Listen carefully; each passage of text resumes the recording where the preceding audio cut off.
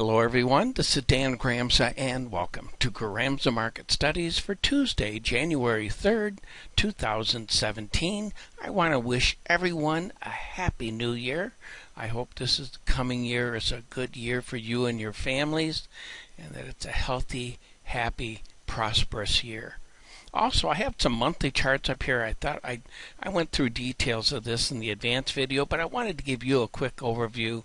And the stock indices, they're holding their own. That's what we're looking at monthly charts right now. In the currencies, the dollar remains dominant, and that's what you're seeing here. In the short end of the curve, as well as the 10-year notes and 30-year bonds, it's a little bouncy as we finish the year up.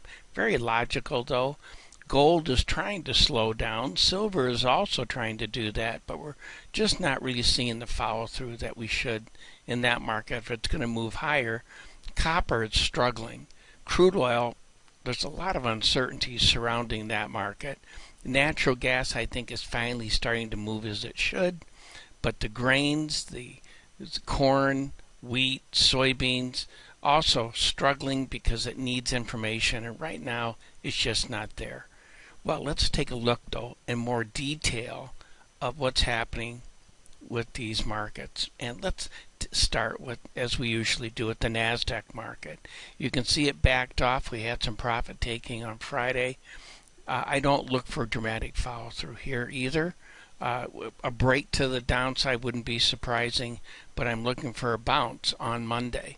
If we take a look at those currencies, the dollar got a lot weaker against the euro, but came back as the euro weakened as we finished this year up. But if you take a look at the Japanese yen, it traded below its bearish level. The magnitude change here between the bullish and bearish level is $312.50. If we look down here at the Aussie dollar, the magnitude change here between the bearish and bullish is $2,200.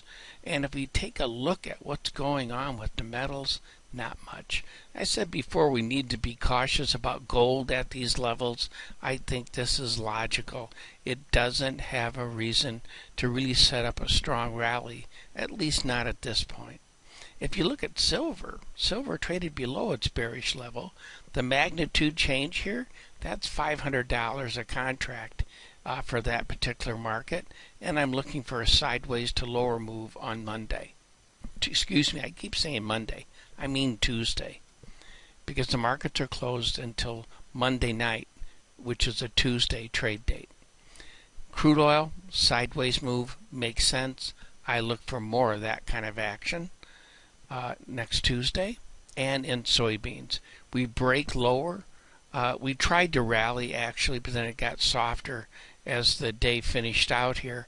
I look for a very quiet day on Tuesday in this market to the downside. Well, that concludes today's market studies. Thank you for being with me. I'm looking forward to being with you again. As always, take care.